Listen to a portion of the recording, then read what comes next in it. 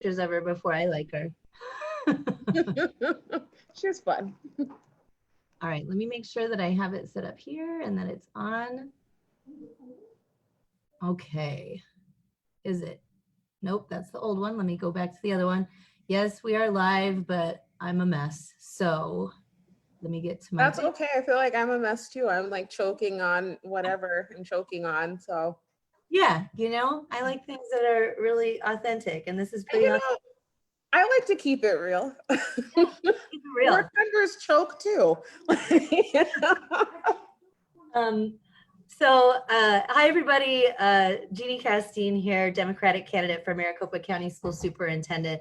And today I am joined by the amazing Lindsay Love, who is a governing board member in the Chandler Unified School District. So it's K-12 district.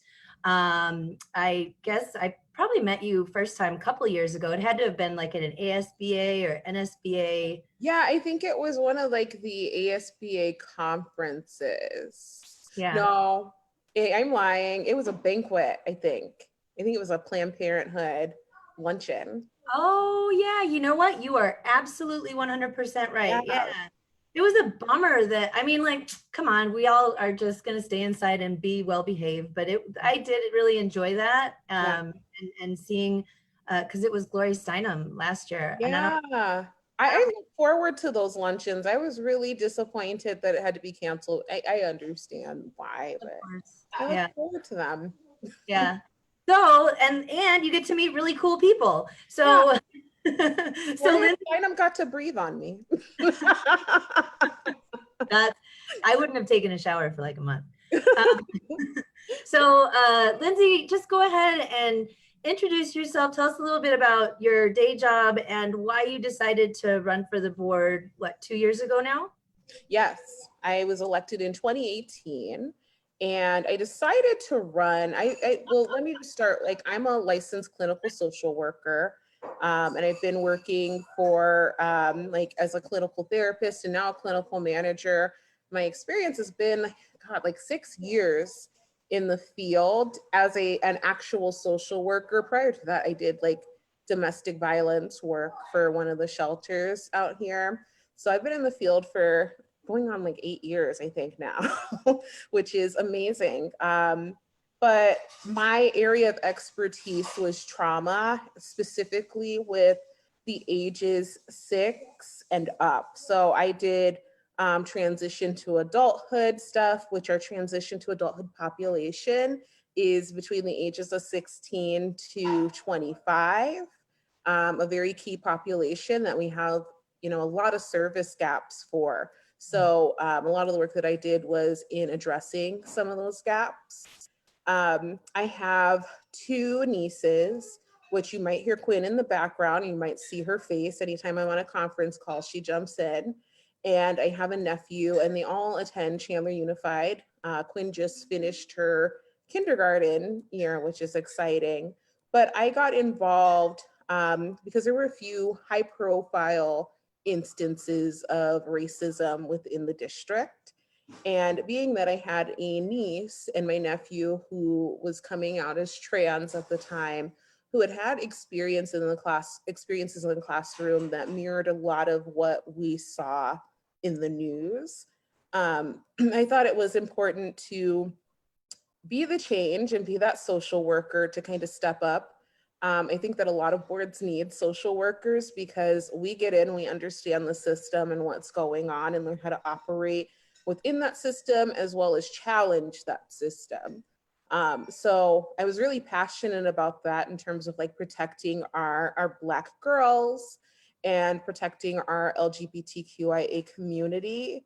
And, I think through this experience, I've, advocated for, our teachers, our parents, and making sure that we have all voices at the table when we're making decisions. So that's kind of what I do. Right now, I'm a clinical manager, so I supervise the therapists who see our 6 and up population while maintaining a small caseload.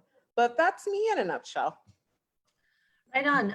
So I actually did a little bit I had a short stint at the former county superintendent's office doing policy research for the opportunity youth population. So like 16 to 25-year-old kids, Mm-hmm.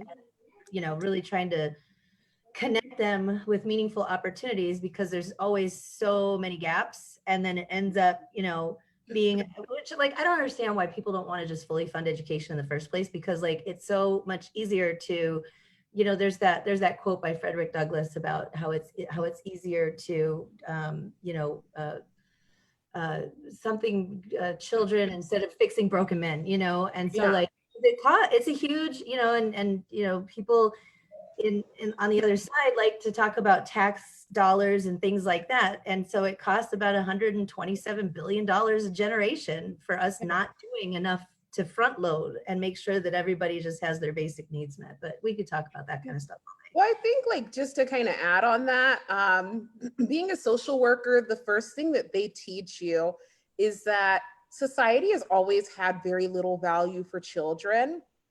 Like there was a humane society before there was a CPS.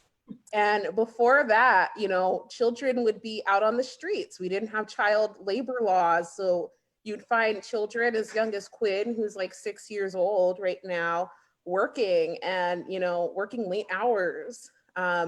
So I think that though we have systems in place to take care of children, there's still very little value that we have in the generations that come after us because we see children, I think, as property as opposed to these human beings that we have to work to develop and an investment because, you know, they're going to take over at some point and we really have to invest in our children. And it's a shame because, you know, children are the least valued people in our society. Well, and I mean, I just thinking about, and not to get too far off topic or anything, but like, you know, when I became a parent, I knew right away that I wanted to be, that I was going to practice what's called attachment parenting. You know, I was going to wear my baby in a sling. I was going to nurse them for way longer than most people are comfortable. You know, I was going to have natural childbirth so that they're, even the entry into this world was, you know, was calm and at home and at peace. And my mom was like, "Are you insane?" You know, like let them cry it out.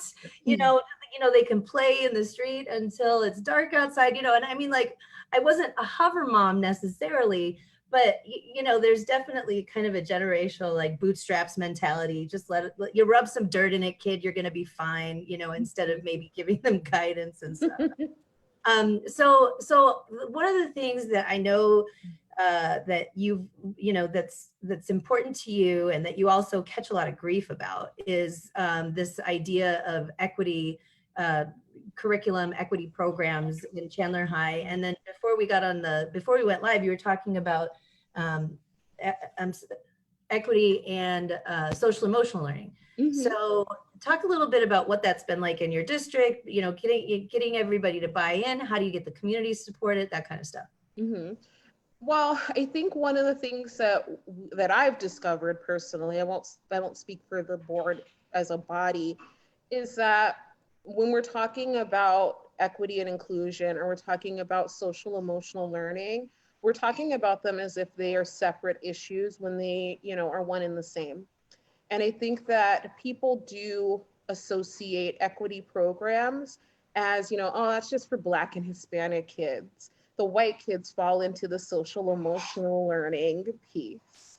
When, you know, the message that sends is that we don't really care about the social emotional wellness of our Black, Indigenous people of color who are our students.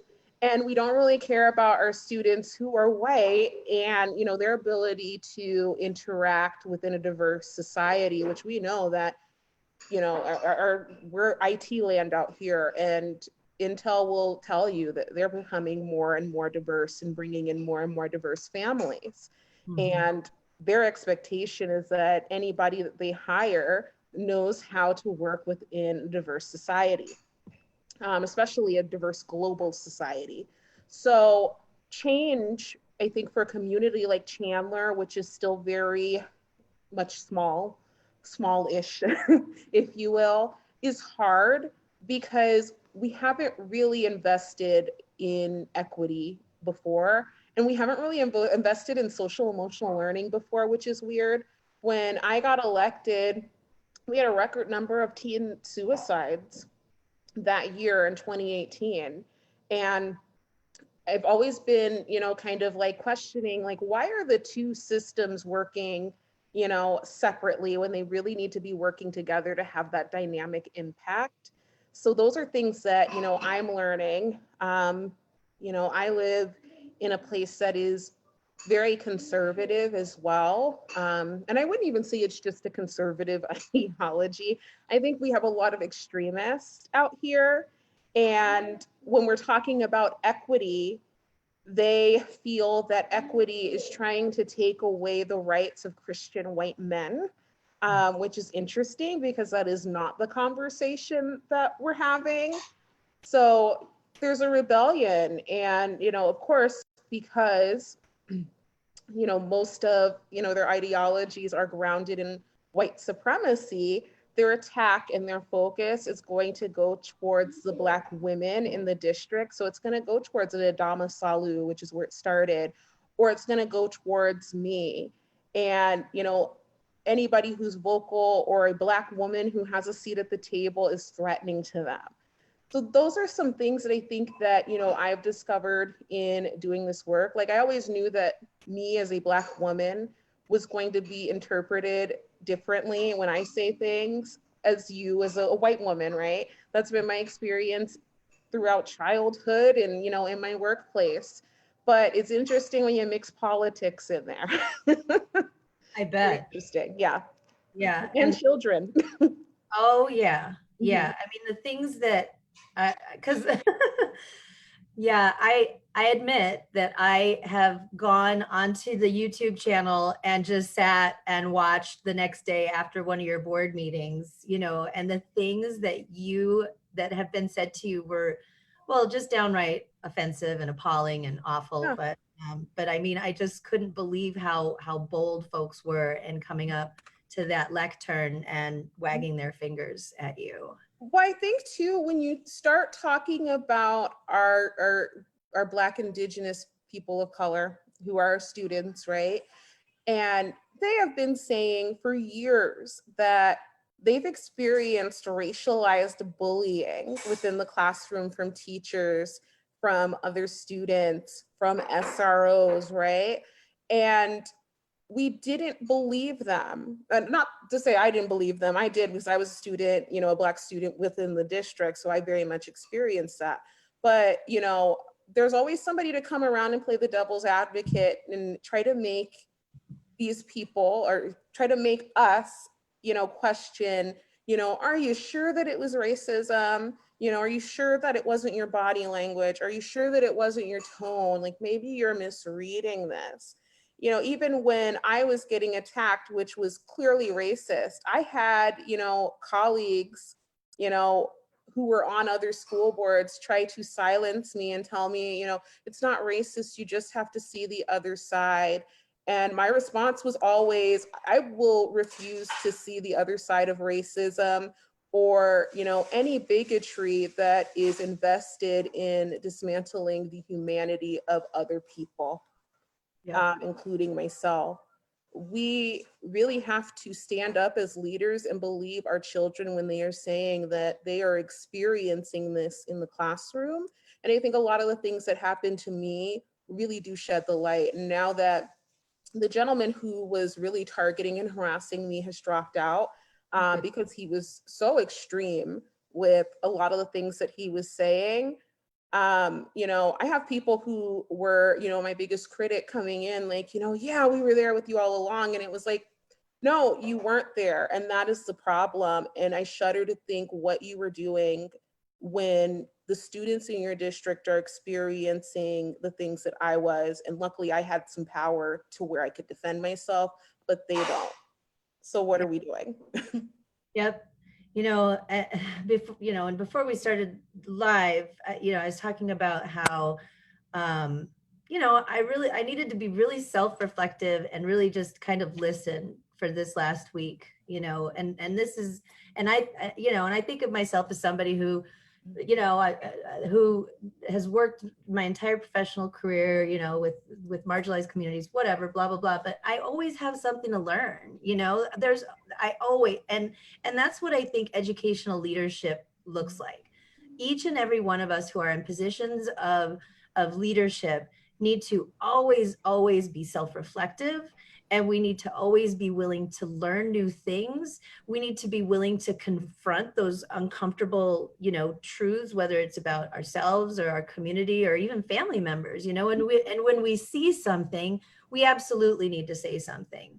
Yeah, I think that social workers always have to be very self-reflective, right? And so I'm constantly, getting, called in about things. And, I can, read as many books, but I'm not going to know everything. One of the things that I tried to do was when I was, a therapist in direct practice, I read a lot about our trans community, and I read a lot of books from, the trans perspective. I read a lot of like Janet Mock and, people like her, and, followed a bunch of Twitter and YouTubes of trans activists. And I thought I was ready until my nephew identified as trans, and I'm mixing up pronouns and, don't know like which name I'm supposed to use. And, it really kind of brings to mind like, hey, I still have my own work that I need to do with it, because I can read about it and think that I'm ready until I'm there. And then I like figure out like, oh God, I just dead named my nephew at the dinner table and I didn't mean to. I'm a horrible person. And, we all have our work that we need to do. And if I can admit that and you can admit that, I've never understood why everybody else can't admit that either. Right. And it's especially being in education, you're a social worker who's on a school board, so you are an educational leader. And I mean, what do we encourage our kids to do? We want them to be lifelong learners, and each and every one of us should welcome the opportunity.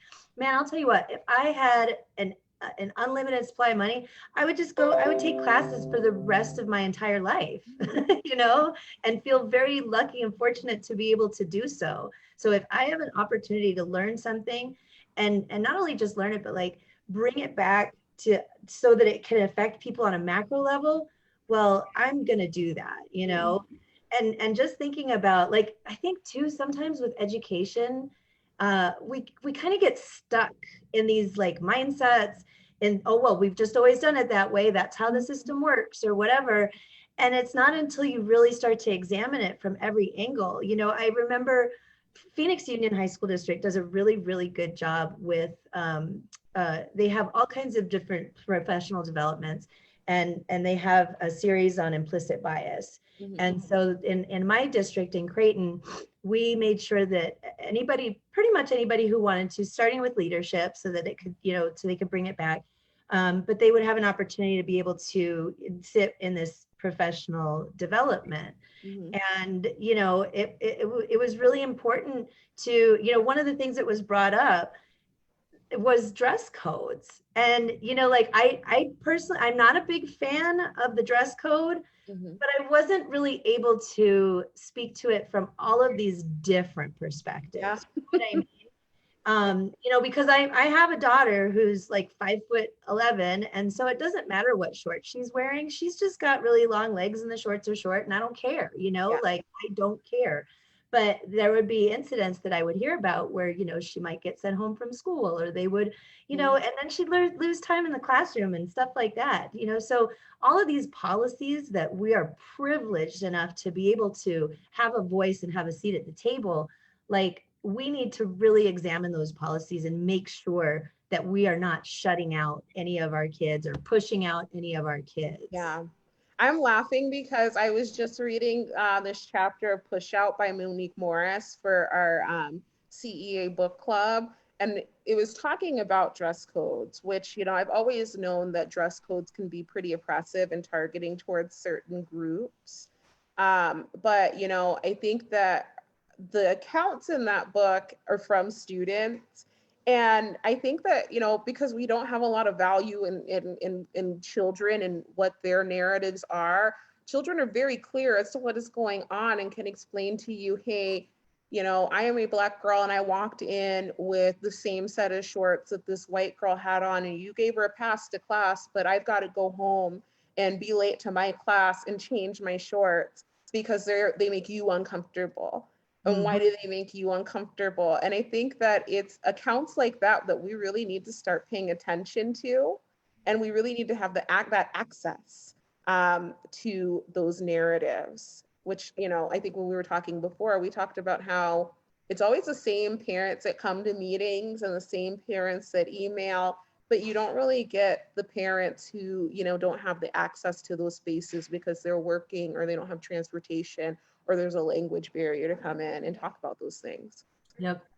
So I need to kind of just put the brakes on it for just a second, because my husband just came to the door and said that Trump has declared martial law. And I mean, oh my God, you know, so I need a moment to think about that, and not, I mean, like, and try to somehow relate it to our conversation about education, because, like, first of all, I can't believe that in this moment right now that is who we have as president, but it just speaks to absolutely everything that's going on in this country right now. It's you know, it's a lot. You know, I celebrated my 35th birthday. See, I had to remember, I was like, what is it? Is it 35th or 36? I need Quinn around to remind me how old I am these days.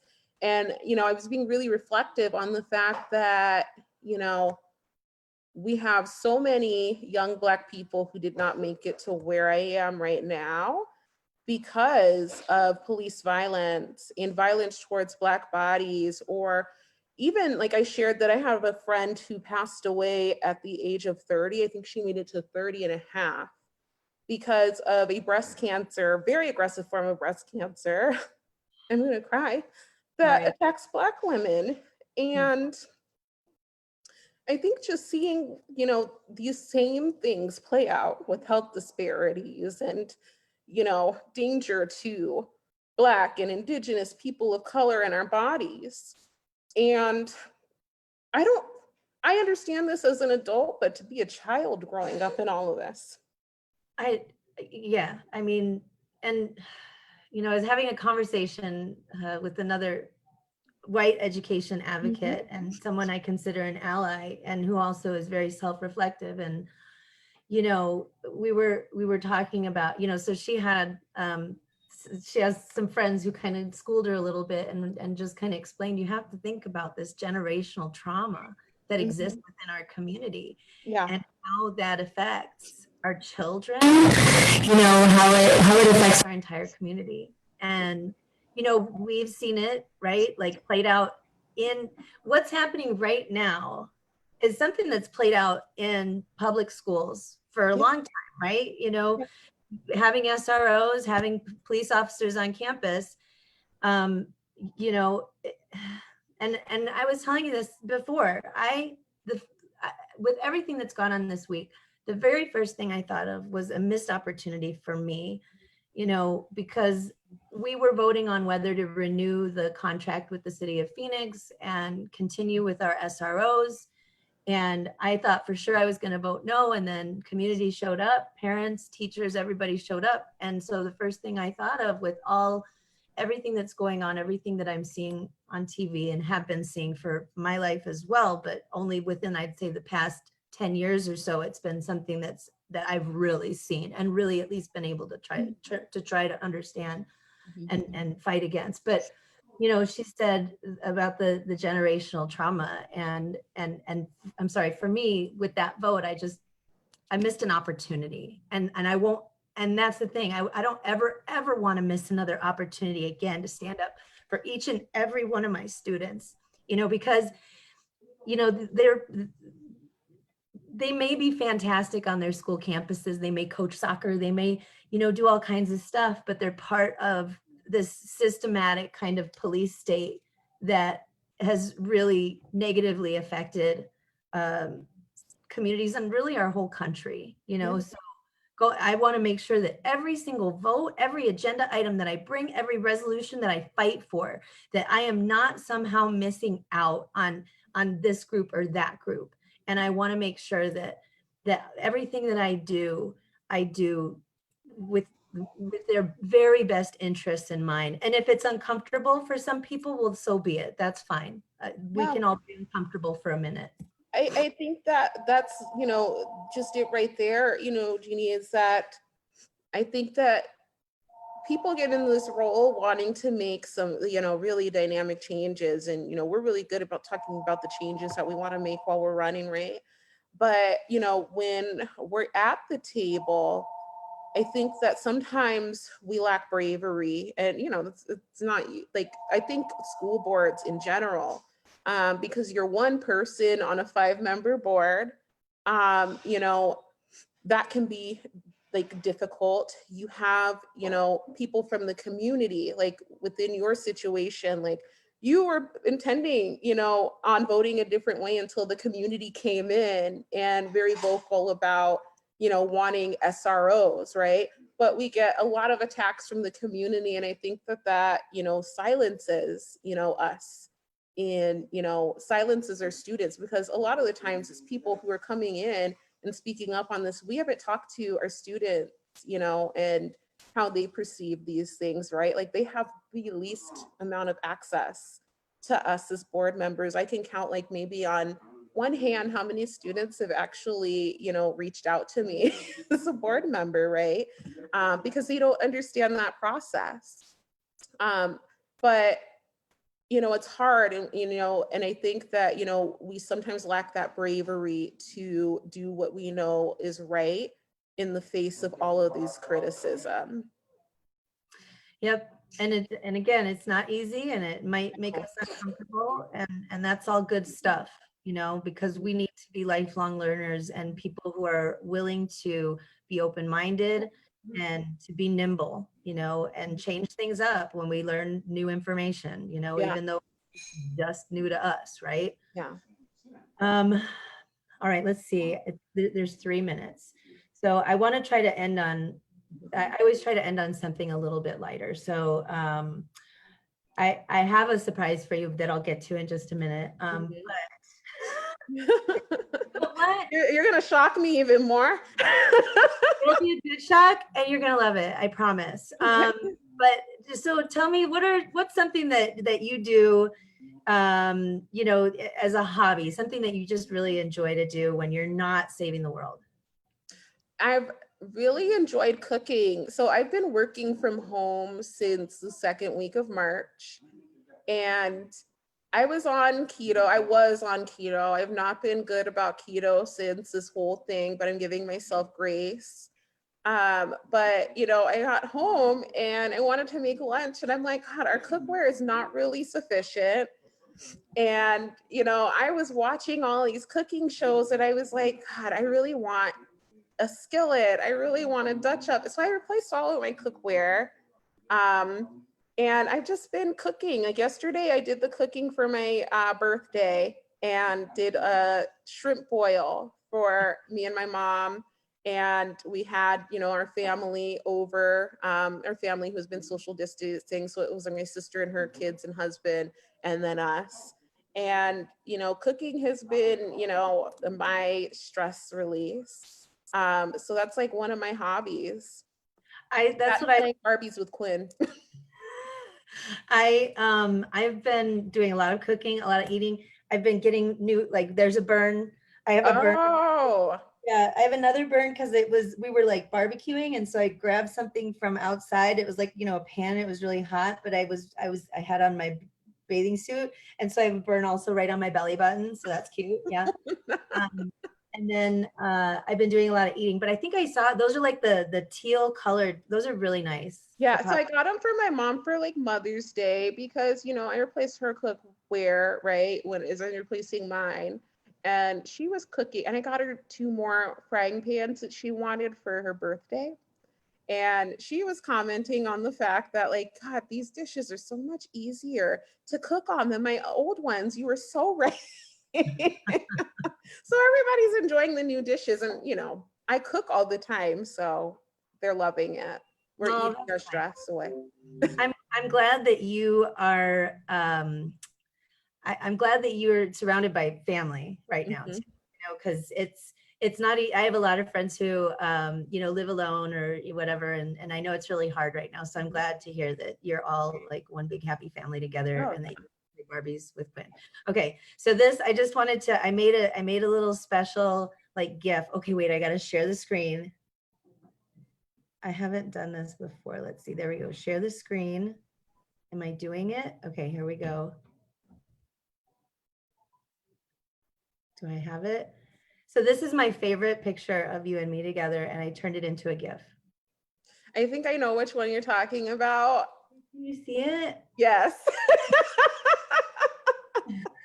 I remember that moment and how we were like, oh my God. Interesting fact though. The woman in the bob in the glasses behind us, Yeah. that is the VP of the agency that I work for.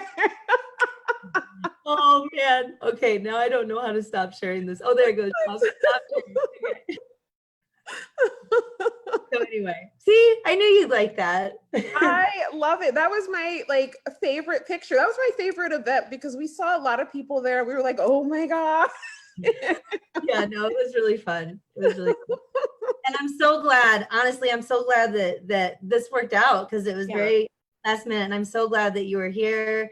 And I can't wait till I can see you again and just make sure that you and everybody in your family stay safe. You too. You stay safe because you're running a race right now. County Superintendent, what was I thinking? Oh my God. I couldn't imagine running a race during COVID.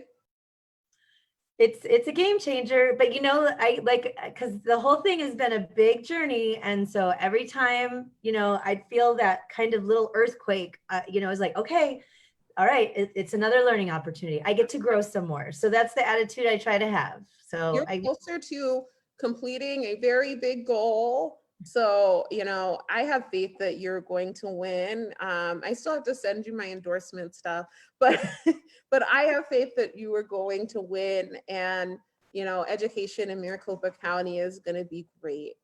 well, Yeah. thank you so much. And as long as we have really good, strong advocates, board members like you and me, it's going to be amazing. Yeah. All right, I'll see you later, Lindsay. Have a great Bye. Thank Bye. you. Yep, thank you.